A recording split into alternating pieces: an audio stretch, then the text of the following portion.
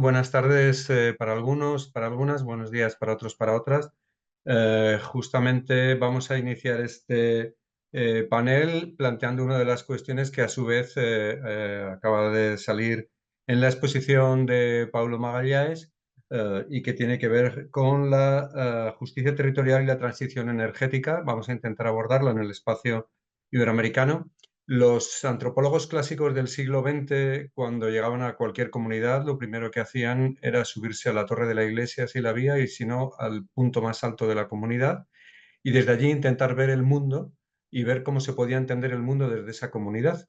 Y justamente este panel, una de las cuestiones que tiene que abordar es la de si es posible avanzar en la transición energética con justicia territorial, con una mirada que traspase los ámbitos más locales, los ámbitos más territorialmente que más afectivos. Para ello tenemos tres panelistas. Voy a dar ya la palabra al primero de ellos para no alargarme, que es Juan Requejo, que es economista y geógrafo, que es un consultor de planificación y ha dirigido numerosos planes territoriales y energéticos en distintos países, tanto de América Latina como de África, también en Portugal y en España. Y justamente nos va a intentar presentar una comunicación que se inicia con una pregunta. Su comunicación se titula "La energía regresa al territorio" y la pregunta es: ¿hay riesgo de daños sociales? Pues adelante, Juan, si estás por ahí, y después seguiremos con Carolina. Muy amable.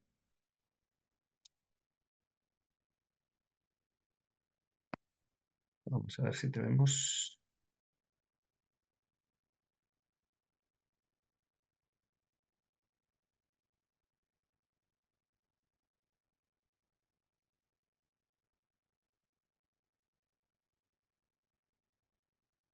Antes he visto que Ahora, estabas por ahí. Ahora. ahora es que no tenía Ahora te oigo y te autorización. veo. Gracias, Juan, Ahora. adelante. Qué lucha contra estos aparatos diabólicos. Bueno, pues muy Ya buenas sabes que no tardes. debes exceder de tiempo prudencial, que quiere decir que cuando lleves 14 minutos te voy a decir corta. Vale, yo tengo también mi propio cronómetro también, como decía Emilio, así que hazlo por favor, te lo agradezco, Muy bien, pero yo adelante, también tendré mi control, ¿vale? adelante. A ver, un segundito que puedo compartir. Un segundo. Es un momento. Opa, un momentito. Es un segundo. Bueno, mientras tanto voy a iniciar. A ver, voy a intentar no utilizar, pero al final he caído en la tentación y pensaba al principio hacer mi presentación sin PowerPoint, pero al final caí. Y bueno, pues caí porque ahora lo veremos. Hay algunas cosas que creo que son convenientes que las ponga. A ver, aquí. Vale, aquí está. Vale, pues ya está. Vamos a ver. Yo lo primero que necesito hacer en tal es algo que puede parecer superfluo. Todas las personas que están aquí más tienen ya una conciencia clara de qué es lo que ha pasado y dónde hemos llegado. Pero al verlo, a veces uno se queda bastante sorprendido de que en realidad de lo que estamos hablando es de un cambio extraordinario que se ha producido en muy poco tiempo y que gracias a una combinación del sistema tecnofósil, que ha sido extraordinariamente resultona en términos de incremento de población, de alimento y de capacidad de proveer muchos bienes y servicios a la población, nos ha permitido colocarnos ya en cerca de 8.000 millones de personas. Ahí donde dice billones es una mala traducción del inglés, son 1.000 millones. Y además, no solamente es que hemos pasado de 1.000 millones en 1800 a 8.000, es que además el consumo energético por persona es notablemente superior a lo que era en 1850. Todo esto está fundamentado por una parte en la tecnología y por otra parte en el fósil. Y ahora decimos, bueno, se acabó el periodo fósil. Si este cambio tan rotundo, tan acelerado, ha provocado disfunciones que se han sido citadas, entre ellas, no qué duda cabe, el cambio climático, un cambio en sentido contrario es también un gran riesgo de que se produzcan disfunciones en el funcionamiento del territorio, de los ecosistemas y qué duda cabe de los principios de igualdad y de solidaridad entre las distintas comunidades. Y esto es algo que, bueno, que vemos porque sabemos que es que el mundo contemporáneo nos ha colocado en una posición en donde vamos a unas cifras de potencia instalada por persona elevadísimas y, claro, se trata de saber si cuando hablamos de justicia y cuando hablamos de transición justa, estamos hablando de mantener, especialmente en los países que más consumen y más ricos, los mismos niveles de potencia instalada y de consumo energético. Eso es una discusión a mantener. Otra es que realmente el problema no es exclusivamente climático. Yo de todas las crisis que hay, que son, bueno, pues desde los 9 límites biosféricos que se señalan hasta otros tipos de trabajos, yo señalaría especialmente en el territorio 4. La crisis climática, que está muy relacionada con la energética, la de biodiversidad y la del sistema alimentario global.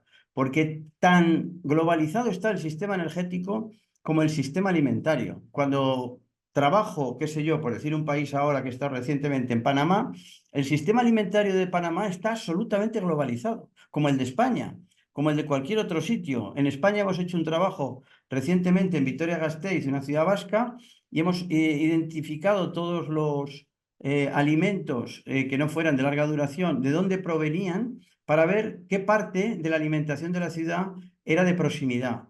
El porcentaje es 1,5. 1,5. Hay un desacoplamiento absoluto entre la ciudad y el territorio. Y eso lo permite una aplicación intensiva de tecnología y combustible fósil, y tenemos que ver qué va a pasar en el momento en que cambiemos de planteamiento. Una de las cosas que nosotros nos planteamos es que hay que pasar de este principio que organiza la sociedad, la producción, el territorio, que es el principio de la consecución de grandes economías de escalas que abaratan los productos y que consiguen en condiciones de explotación de importantes sectores de la población lejanos de Asia o similares, pero finalmente hay unos bienes a unos precios inverosímiles, camisetas baratísimas, todo que parece increíble. Y eso es realmente algo que solo es posible montar en un escenario de sistema tecnofósil similar al actual. Planteamos cambiar el principio y hablamos de autosuficiencia conectada, es decir, hay que ir a otro sistema en el que cada cual resuelva sus necesidades metabólicas y por tanto agua, energía y alimentación de proximidad con los recursos que tiene en su inmediatez. Cuando no pueda es cuando le pide a la red y por eso llamamos autosuficiencia conectada. Es algo que nos está permitiendo llegar a planteamientos en donde de alguna forma, no sé qué está pasando aquí, perdón, aquí, de alguna forma nos está permitiendo resolver las cuestiones que tienen que ver con la transición justa en el territorio. Porque hay una cosa que está clara, las definiciones de transición justa en grandes políticas hacen una referencia clara y nítida a el empleo. Y tiene sentido, porque cuando hablamos de grandes cifras, pues resulta que en España el sector energético emplea a 80.000 personas. De esas 80.000 personas, una parte están empleadas en sectores vinculados al modelo anterior que tenderá y tiene que desaparecer, relacionada con el fósil, y otras tienen que ver con el nuevo modelo energético. Lo que dice las acciones de transición justa es que, por ejemplo, si cerramos minas de carbón, alguien se tiene que ocupar de resolver el problema de empleo de toda la población que se ha quedado sin medios de vida. Y lo mismo diríamos con refinerías y diríamos, hombre, las gasolineras podemos reconvertirlas en electrolineras, en fin, pero hay una reconversión tremenda de todo el sistema productivo que genera muchísimos problemas. Bueno, pero sin embargo estos problemas la experiencia que vamos teniendo es que son relativamente resolubles. Todo lo que tiene que ver con el empleo es resoluble si se tiene voluntad, si conseguimos trasladar beneficios, valor añadido de los nuevos sectores a la subvención y a la compensación de los antiguos. No, eso no está funcionando muy mal. Ahí no hay grandes conflictos. Los conflictos, curiosamente, se nos están produciendo no en el tema del empleo, sino como ha señalado antes Emilio, es una sustancia mucho menos básica más evanescente y tiene que ver con el me molesta, no quiero. Estamos hablando de España. Otro sitio sucede igual, ¿no? Es decir, es el cambio de momento hasta que tengamos otras soluciones.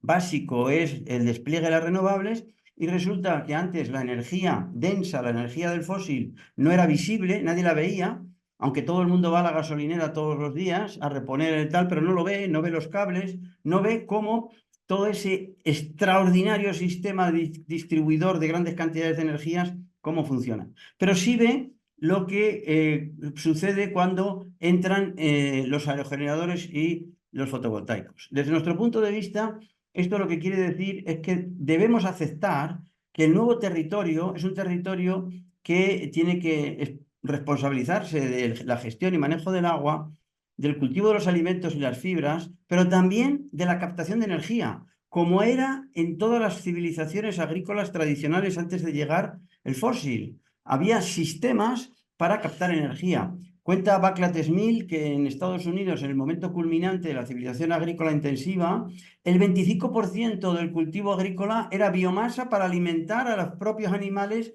que eran la fuerza de trabajo de cultivos y transporte. El 25%. Luego quiere decir que siempre ha habido, históricamente, como no puede ser de otra manera, unos sistemas de captación muy importantes y visibles. Ahora hay una resistencia al cambio y hay una resistencia, antes ha dicho Emilio, paisajismo, sería muy bonito poder discutir del tema del paisaje durante el tiempo suficiente, pero desde luego lo que sí que está claro que reivindicamos es que necesitamos sistemas de planificación territorial para tomar buenas decisiones y para encontrar en esas decisiones, en esos procesos, formas de entendimiento con las comunidades locales. Un tema que estamos comprobando, y hoy he visto un informe de China que habla de la misma línea, es que la mayor parte del suelo agrícola del mundo y del suelo que no está bien manejado está muy contaminado, está esterilizado. Cuando implantamos una fotovoltaica, si hacemos las cosas bien y no es difícil, en 5 años se produce una explosión de biodiversidad gracias a la microbiología del suelo, que es la mayor parte de la biodiversidad es microbiológica. Luego, esto es un tema que genera paradojas porque muchas personas piensan que las fotovoltaicas son atentados contra la biodiversidad solo porque brillan, solo porque hay metal y cristal y brillan. Y claro, ahí tenemos una necesidad de hacer una evolución y no tenemos tiempo para que todos estos imaginarios se adapten al nuevo modelo. En este sentido, lo que planteamos es que en el despliegue de las renovables, de qué duda cabe, hay que plantearse como prioridad el autoconsumo doméstico, aprovechamiento de zonas urbanas y degradadas, zonas que no sean de exclusión por otras cuestiones, aplicación de un concepto que llamamos de saturación y consensuar con la comunidad local la mejora de la biodiversidad y la salud ecológica, colaborar en el cambio del sistema alimentario e impulsar un proceso de desarrollo endógeno. Se ha intentado en España, en diversos lugares, que los operadores de renovables dejaran parte de la energía en la comunidad local. No está funcionando bien. Como no está funcionando bien la participación en el capital social de las empresas de renovables. Por eso nosotros planteamos que los operadores de las renovables deben ser un impulso a las transformaciones económicas y sociales deseables en el territorio, para buscar un mayor nivel de emancipación social, que para mí es el concepto básico, la emancipación social. Y por tanto, lograr que los nuevos operadores de grandes plantas de energía en el medio rural se comprometan con medidas concretas de favorecimiento y mejora de la biodiversidad, como criterios de autosuficiencia conectada y proximidad, que es un criterio nuevo en la organización del territorio una vez que vayamos sustituyendo el sistema tecnofósil, e involucrarse en medidas de fomento del desarrollo endógeno. Esto pueden parecer cantos celestiales, pero puedo asegurarles que estamos consiguiendo que algunas empresas, cuando ven muy comprometida la realización del proyecto porque hay mucho rechazo, están siendo bastante favorables, están siendo receptivos a estos puntos de vista, porque en realidad no les altera de una manera muy grave sus expectativas de rentabilidad y sin embargo entienden que una alianza entre el territorio y los nuevos operadores de las energías renovables les puede venir bien y les puede favorecer. Por eso planteo como resumen y cierre que la energía regresa al territorio. Muchas gracias. Espero, Pedro, que haya cumplido. Sobradamente, Juan, hasta nos has regalado unos minutos que podremos aprovechar después para discutir sobre tus interesantes propuestas. Bueno, pues a continuación le voy a dar la palabra a que ya está ahí conectada Carolina Palma. Ella es politóloga de la Pontificia Universidad Católica de Chile y es coordinadora de incidencia de la ONG FIMA, que es una organización que lleva ya 25 años dedicada a la justicia ambiental y actualmente está cursando un diploma de Derecho Ambiental en la Universidad de Chile y su comunicación llevará por título Transición justa en Chile entre la descarbonización, el hidrógeno verde y los minerales críticos.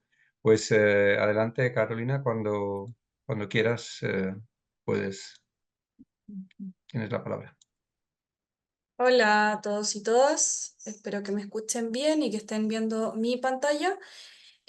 Justamente el foco de mi presentación va a ser un poco introducir cómo está el desafío de la transición energética en Chile, cuáles son los desafíos y las tensiones que están en los diferentes territorios en este momento, en las zonas de sacrificio y territorios de transición, y cómo se ve el futuro en esta perspectiva y si está siendo una transición justa o no, como se quiere proponer.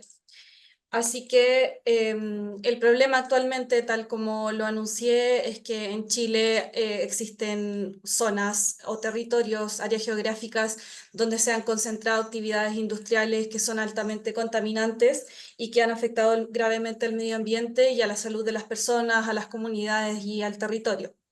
Y eso lo denominamos acá en Chile zonas de sacrificio.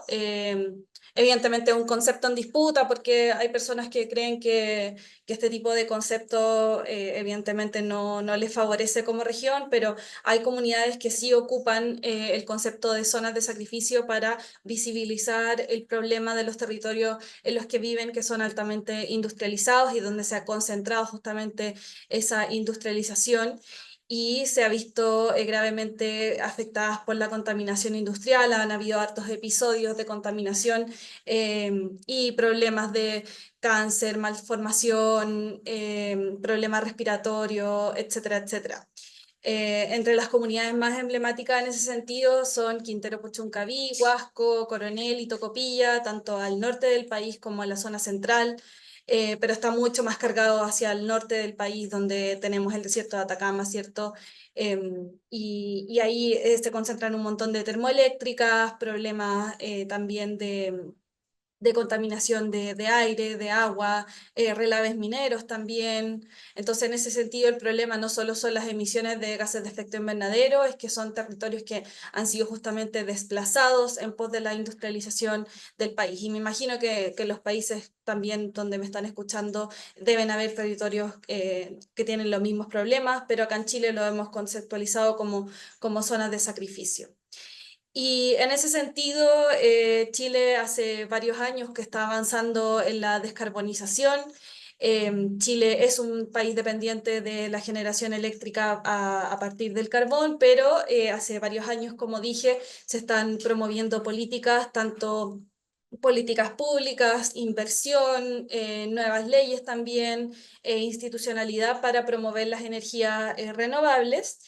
Y esto se alinea justamente con los compromisos que ha adquirido Chile en el Acuerdo de París, perdón, y con la meta nacional a través de la Ley Marco de Cambio Climático, una ley marco que se promulgó hace unos años y que contiene una nueva gobernanza o institucionalidad para poder hacer manejo del cambio climático tanto en la mitigación como en la adaptación.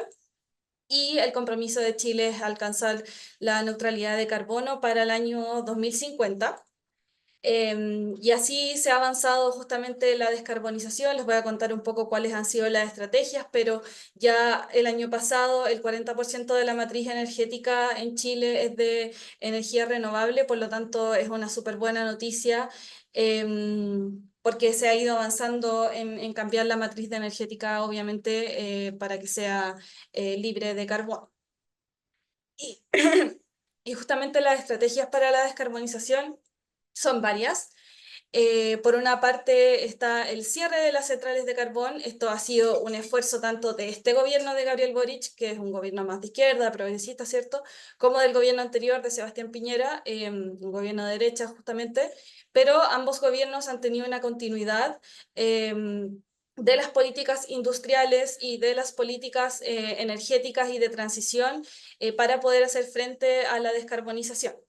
Entonces, justamente el cierre de las centrales de carbón se ha propuesto hasta el 2040, el cierre de todas las centrales. Ahí hay un mapa donde se ve justamente dónde están focalizadas las termoeléctricas y las energías fósiles en este momento que se procesan en las distintas partes del país.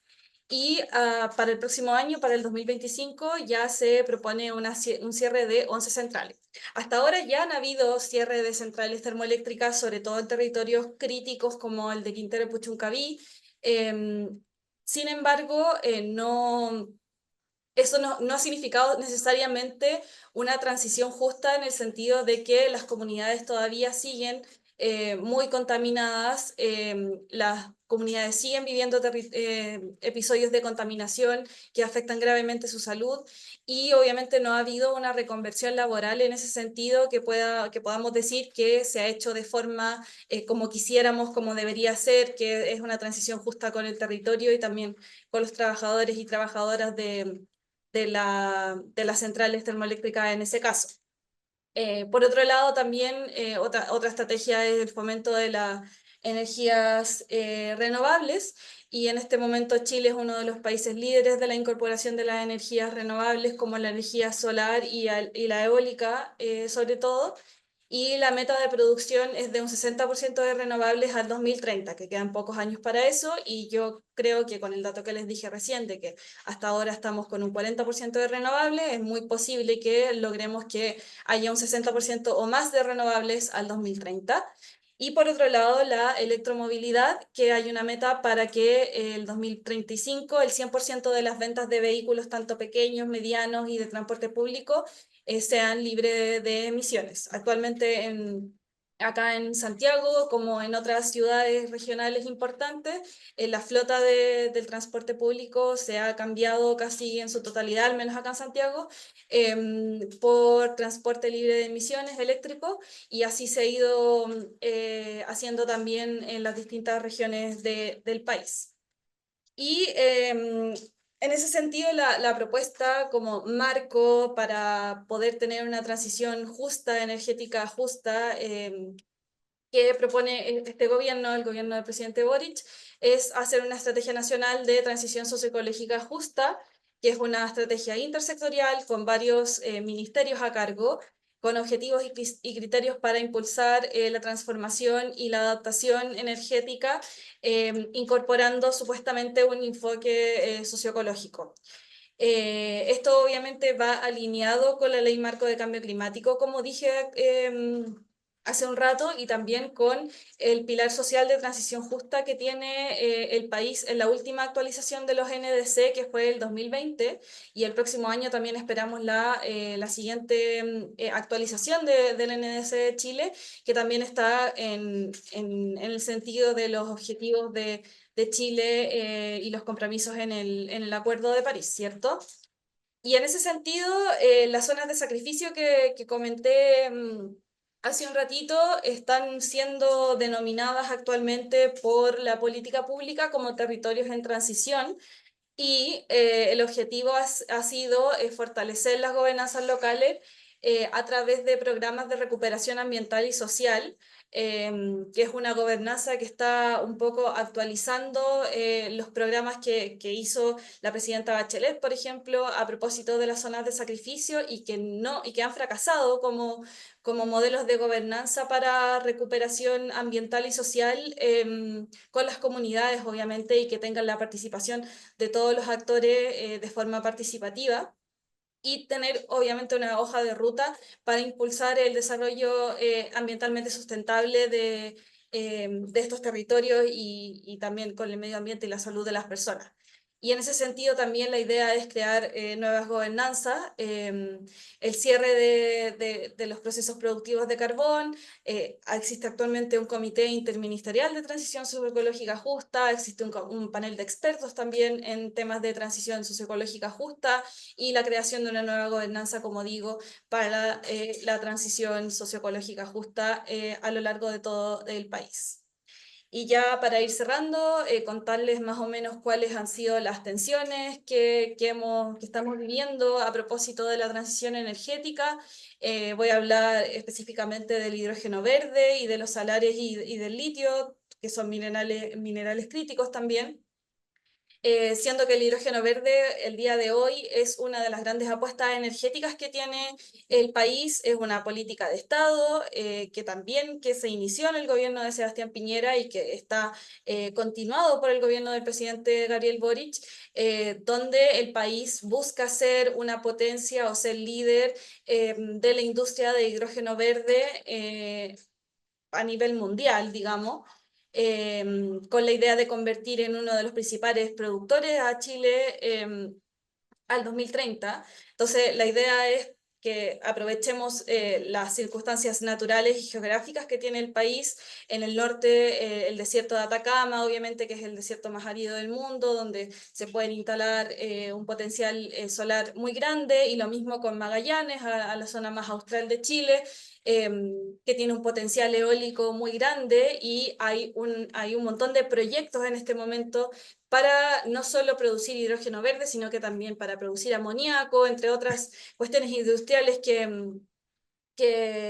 están relacionadas al hidrógeno verde, con un montón de proyectos con una gran envergadura. Entonces, obviamente, una de las tensiones en este momento es poder visualizar que existe una mega industria que se está proponiendo a propósito del hidrógeno verde, desde nuestro punto de vista con lógicas muy parecidas a las que llevaron a las zonas de sacrificio en este momento. Entonces, no vemos un cambio en las lógicas de gobernanza en este caso, ni de cómo queremos industrializar el país para la transición energética. Obviamente la energía eólica tiene un impacto muy grande en la avifauna, sobre todo si estamos hablando de territorios australes como Magallanes.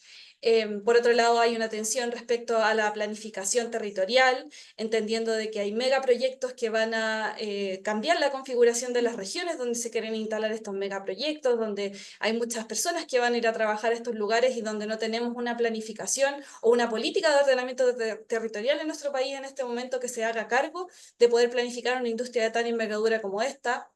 Y por otro lado, hay una tensión respecto a que consideramos que está una apuesta desde la sociedad civil, obviamente, y de las organizaciones ambientales, que esta podría ser una apuesta ciegas, entendiendo de que hay muchos resquemores e incertidumbre a nivel mundial respecto a cuál es realmente la factibilidad que tiene el hidrógeno verde para poder ser una industria que sea importante para la transición energética.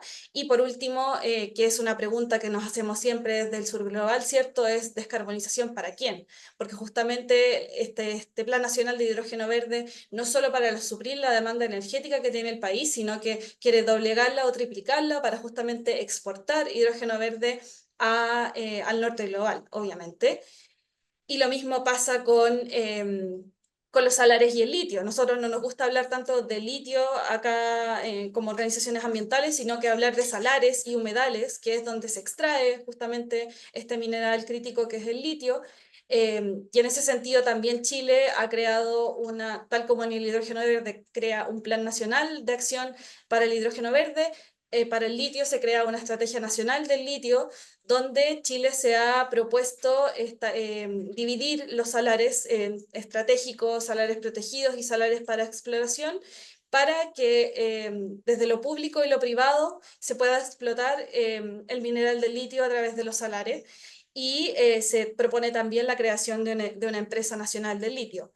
Y en ese sentido, una de las tensiones más grandes es que el litio está en los salares, que son ecosistemas sumamente frágiles, con una biodiversidad increíble, obviamente, donde se tiene que extraer mucha agua de estos salares para poder obtener el litio, donde no hay o donde están muy desperdigadas las herramientas de protección actualmente para los salares en tanto a la institucionalidad y las leyes que hay en este momento para proteger este tipo de ecosistema. Y por último, también otra atención importante es el rechazo que actualmente han tenido las comunidades indígenas que habitan cerca de los salares versus la estrategia nacional del litio que está proponiendo el gobierno. Así que espero haber sido muy breve y concisa y contarles un poco de cómo estamos llevando la transición energética en Chile y bueno, ustedes podrán sacar sus propias conclusiones de que si creen que esta transición está siendo justa o no y obviamente los desafíos que hay en ese sentido. Muchas gracias.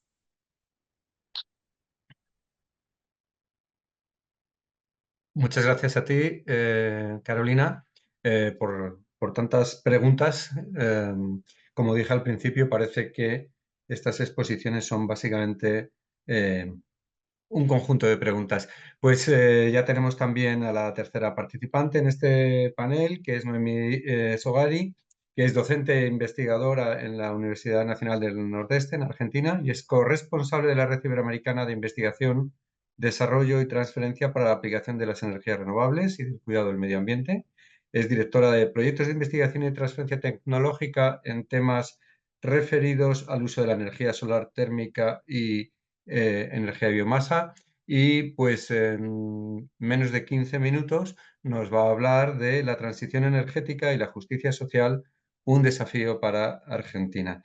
Pues adelante, Noemí, cuando consideres tienes la palabra. Bien, muy buenos días, buenas tardes a todos y todas. Procedo a compartir pantalla.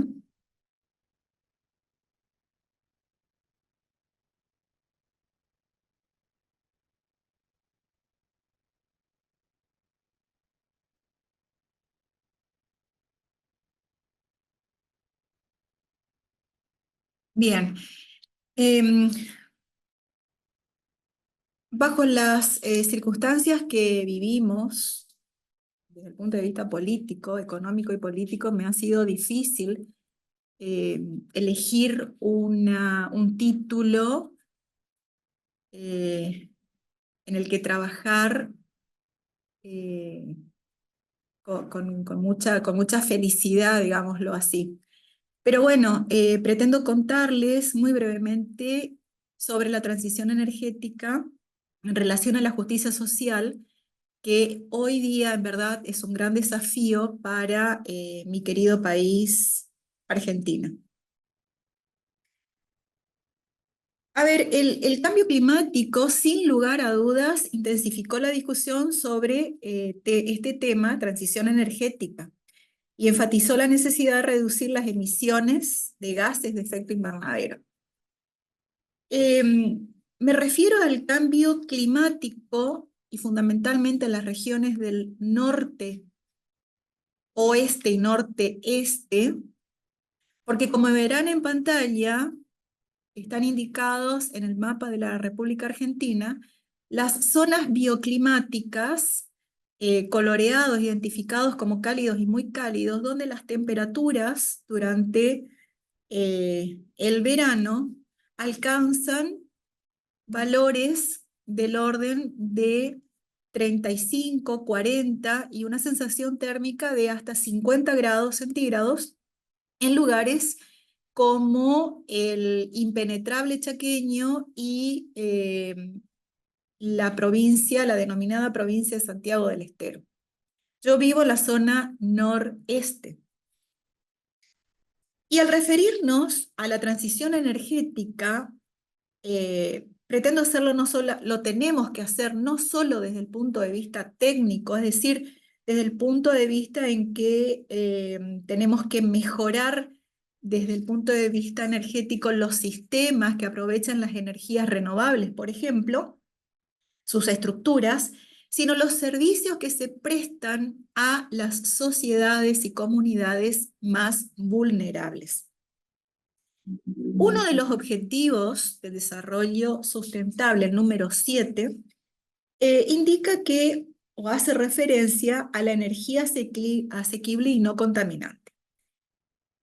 Y va de la mano con la pobreza, la reducción de desigualdades, el cuidado del ambiente. Ahora, cuando hablamos de pobreza energética, algunos investigadores, colegas, lo definen como la falta de satisfacción de servicios energéticos esenciales para la vida debido a factores económicos, geográficos, culturales y otros. En pantalla ustedes tienen dos situaciones extremas de pobreza. Uno corresponde al noroeste argentino y el otro al noreste argentino. La fotografía que ven en la parte inferior corresponde a la vivienda de una familia que vive aquí a media hora de Corrientes capital en una denominada villa de emergencia de la provincia del Chaco. Entonces, es difícil hablar de transición energética y justicia social cuando ambas deberían ir de la mano. En este último año, en estos últimos, ahora 10 meses, los hogares pobres energéticos se han incrementado rápidamente, alcanzando el 70% en su totalidad. Y estos hogares están ubicados en los denominados, en las denominadas villas de emergencia, que justamente son zonas inundables, próximas a basurales. Ustedes ven las condiciones en las que viven estas familias representadas en estas dos fotos, en estas dos fotografías, que es una síntesis de la realidad que vive mucha gente. Ahora, el 60% de esos hogares están ubicados en el noroeste y el noreste argentino. Esto de acuerdo a investigaciones realizadas por un grupo de investigación con el cual tengo el gusto de trabajar. Entonces, el presidente en la Argentina exige al ciudadano hoy tomar una decisión dramática entre pagar la energía para vivir mejor o pagar y poder comprar los alimentos para subsistir. Entonces, un poco al margen de lo que he preparado, me pone muy contenta y muy feliz haber escuchado a la colega que me precedió contando sobre el apoyo desde el gobierno nacional en poder llevar adelante un programa a nivel nacional basado en una transición energética, pero pensado en una justicia social para todos y todas. El uso de esas energías renovables puede contribuir a la disminución de la pobreza energética. El grupo de investigación que conduzco trabaja en el uso y aplicación de las energías renovables, enseñando a construir algunos sistemas simples de calentamiento de agua, por ejemplo, o desalineadores solares, para que las comunidades vulnerables puedan mejorar su calidad de vida. Pero el problema hoy, que en verdad a todos nos preocupa, es que la ciencia, la investigación y la optimización del desarrollo tecnológico hoy también son muy vulnerables. Y a pesar de esta crisis, muchos grupos de investigación y centros tecnológicos continuamos trabajando en pos de contribuir de alguna manera a mejorar la calidad de vida de estas personas. Como conclusiones, puedo decir de que en los últimos años habíamos avanzado bastante en contribuir con mejorar la calidad de vida de algunas comunidades, no solamente rurales, sino las comunidades denominadas de pueblos originarios, con quienes empezamos a trabajar muy bien. Cabe destacar que eso no es fácil porque existen muchas comunidades con distintos líderes y se necesita tener un nexo para poder ingresar a esas comunidades, trabajar con ellos. Y eso hoy se vuelve muy difícil porque se han cortado también los financiamientos desde el nivel nacional y desde la nación a las universidades. Por lo tanto, las universidades hoy no cuentan con recursos económicos para que nosotros podamos seguir contribuyendo de alguna manera a mejorar la calidad de vida de estas comunidades. Entonces, cierto es que necesitamos políticas energéticas a largo plazo, pensados a 10, 20 años, que incluya un plan de transición energética, pero que no descuide la justicia social, la soberanía y la sustentabilidad. Es cierto que la transformación de la matriz energética hoy en Argentina debe contemplar la dimensión de la justicia social y la ecológica, la perspectiva de género, que hoy también está dejado de lado, la autonomía de los pueblos, y acá hago referencia a los pueblos originarios fundamentalmente, y considerar de alguna manera, o de todas las maneras posibles, la eliminación de las desigualdades energéticas. Mejorar la distribución de riquezas y bienes entre los cuales se encuentra la energía. A pesar de todas estas cuestiones, desde los centros tecnológicos y las universidades públicas, seguimos trabajando para contribuir desde nuestro lugar con la justicia social, la erradicación de diferencias social energética, aunque sea muy limitada nuestra contribución, creemos que es necesaria y que la podemos de alguna manera sobrellevar. Muchas gracias. Muchas gracias a ti, Noemí, muy amable por tus palabras. Bueno, pues tenemos tres comunicaciones que de alguna forma son complementarias, que las tres han suscitado numerosas preguntas y algunas preguntas espero que puedan llegar todavía al chat. De momento tengo aquí una pregunta que ya ha sido lanzada en el chat y que se indica que es una pregunta para Juan, pero que también podría ser por la misma razón para Carolina y para Noemí. Es una pregunta que tiene que ver con ese gran invento de los pintores flamencos que es el concepto de paisaje. Y la pregunta que hace Jaime Vindel es la siguiente. Voy a intentar leerla, no es corta, pero tampoco es larga. Mi sensación, dice Jaime, es que a menudo se proyecta sobre los valores paisajísticos supuestamente amenazados por la implantación de las instalaciones renovables una mezcla de nostalgia y agravio que marca la memoria de diversos territorios españoles, en algunos casos caracterizados por su pasado extractivista fósil.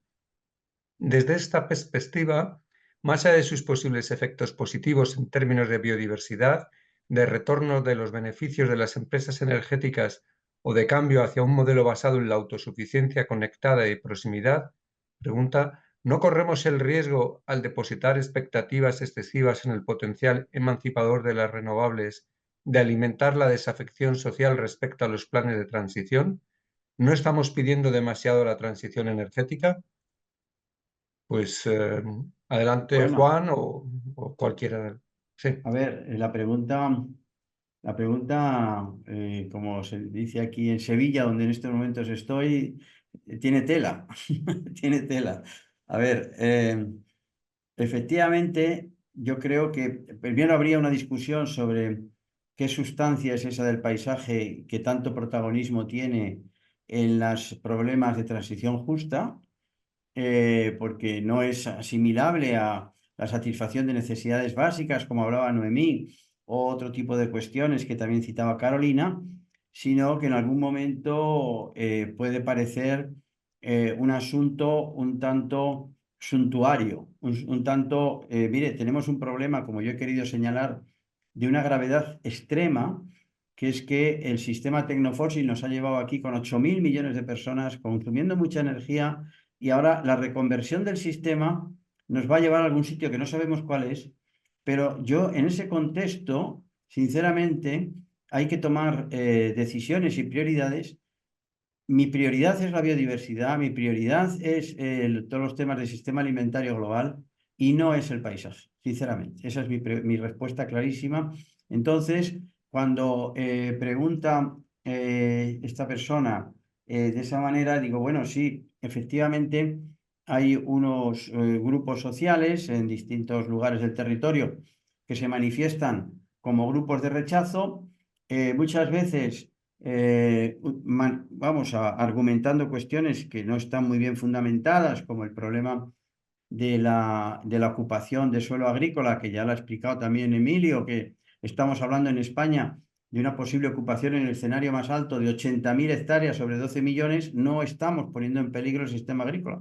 Quien está poniendo en peligro la biodiversidad y el sistema agrícola es el sistema de manejo agroquímico generalizado en todo el mundo y también en España que esteriliza el suelo. Pero eso no genera respuestas de movimientos ni rechazos, porque da la sensación de que en primavera, con el surgimiento de la clorofila, la naturaleza está en un estado aceptable y no es verdad.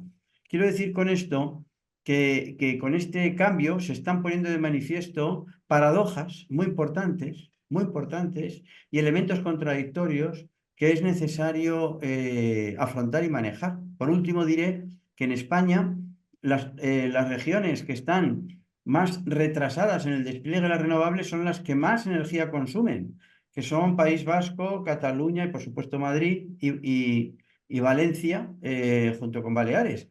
Entonces, ahí hay un efecto muy contradictorio, que es que no se corresponde el esfuerzo que requiere una adaptación al nuevo sistema energético con la resolución de los posibles problemas de aceptación que en definitiva están entrando con asuntos de transición justa. Por eso he planteado el tipo de intervención que he planteado. Muchas gracias, Juan. Antes de dar la palabra a Carolina Noemí, por si quieren añadir algo al respecto, ¿y qué le decimos a esas gentes que nos contestan cuando llegas al territorio y les dices justamente lo que acabas de decir y te contestan directamente, bueno, pero si hay 8.000 millones de personas, ¿por qué no ponéis las energías renovables donde está la gente, no aquí en mi pueblito, que solo somos 100? Y si es verdad que el territorio está, como acabas de decir, en las condiciones en que está, ¿por qué de ese gráfico que puso hace un rato Emilio sobre un gráfico de Héctor Tejero en el que se veían los cuadraditos, dice, ¿por qué de todos me ha tocado me ha tenido que tocar a mí el cuadradito amarillo? Bueno, pues porque yo creo que hay un concepto de que el mundo rural produce alimento. Primero, que ese alimento va al mundo, no va al pueblo de al lado, Pedro. Eso es un error absoluto. Toda la producción que hay ahora en España, la conozco bien, en algún país de América Latina, entra en un sistema globalizado y por eso es por lo que he explicado que en Vitoria solamente el 1,5% procede de la proximidad. Es decir, se produce tal. Por tanto, en ese pueblo hay una producción primaria que va al mundo. Igual que hay una producción, y hay que aceptar que hay una producción de energía que va al mundo. Considerar que la presencia visible de las nuevas instalaciones de captación de energía renovable son una servidumbre y no lo es la utilización masiva de suelo manejado con grandes máquinas y con explotaciones en el que trabaja muy poca gente, porque están muy mecanizadas, yo creo que es un problema claramente contradictorio y paradójico, como he dicho, ¿no? Es decir, no es lógico que digamos que producimos y estamos muy orgullosos de producir primario para vendérselo al mundo entero, pero no estamos orgullosos de producir energía eléctrica renovable para vendérsela al mundo entero. No lo entiendo. Muy bien, muchas gracias. No sé si Carolina o Noemí quieren decir algo al respecto de esto y si no, tengo otra pregunta para ellas, que aunque no ha venido del chat, que es sobre ese concepto de zona de sacrificio, que es un concepto que diríamos no tiene encaje, por ejemplo, en toda la exposición que acaba de hacer Juan, pero que da la impresión de que la zona de sacrificio, tal como han sido planteadas en los discursos de Carolina y de Noemí, se refieren justamente a elementos antitéticos, en el sentido de que lo que nos ha contado Carolina es que las zonas de sacrificio serían aquellas que tienen una gigantesca o han tenido una gigantesca industrialización, mientras que las zonas de sacrificio de las que nos está hablando Noemí son aquellas caracterizadas por la pobreza energética. ¿Es posible articular un concepto diferente que nos permita salir de este tipo de indefiniciones? No, cualquiera de las dos puede contestar si lo desea, o si no lo desea, pues no.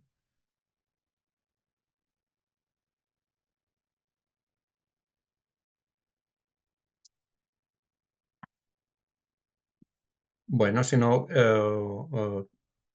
queréis decir nada, que no tenéis por qué, con la autorización de Emilio, que estará, aunque no lo veo, estará ahí en la sombra, puesto que íbamos a ir ahora directos al descanso, yo creo, Emilio, que podemos tomarnos un descanso para que los compañeros y las compañeras puedan ir a desayunar, los que no lo hayan hecho, y los que no, pues hacer otro tipo de menesteres. Yo creo que vi tanto a Noemí o a Carolina que tenían el amago a lo mejor de decir algo, entonces no sé si confirmar si queréis aportar algo más y si no podemos Sí, pausar y ir al perdón, descanso. porque Sí, Noemí, adelante, sí. no podía, Adelante, perdón, pero Noemí. no podía habilitar el micrófono. Adelante, Em, adelante, Noemí. sí, un par de cuestiones con respecto a lo que comentaba Juan y a lo que decías, Pedro. Cuando hablamos de pobreza energética en zonas tanto rurales como de pueblos originarios, en Latinoamérica, fundamentalmente en Argentina, es muy diferente la situación respecto de pobreza energética en otros continentes, en Europa, por ejemplo, donde la situación es diferente. Aquí contar con sistemas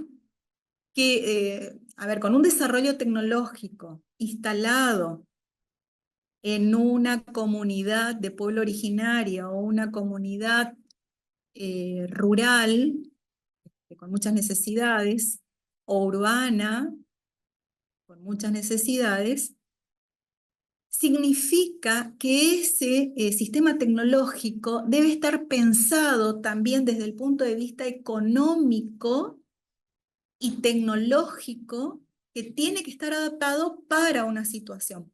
Es decir,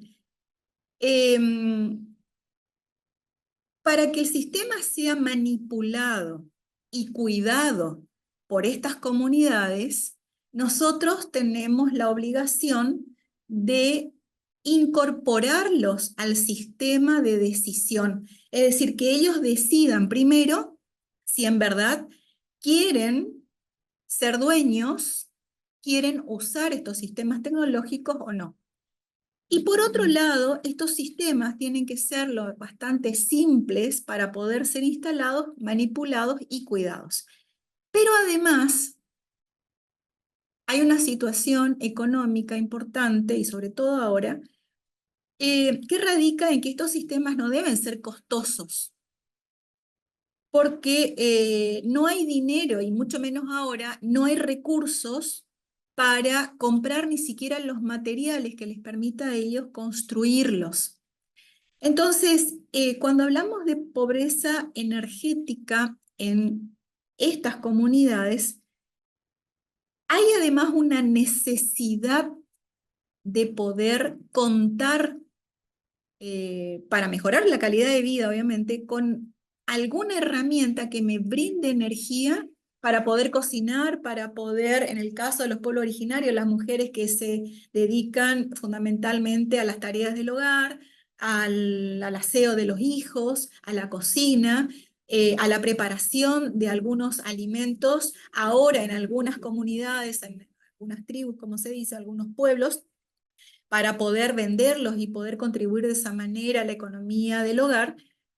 La energía solar o la energía de biomasa hoy es una necesidad y es la única forma de que estas comunidades que tienen muchas necesidades puedan contar con esa energía para mejorar levemente su calidad de vida.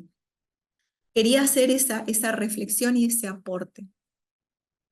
Pues muchísimas gracias, Noemí, y con esto hemos llegado justo a nos falta un minuto para cubrir.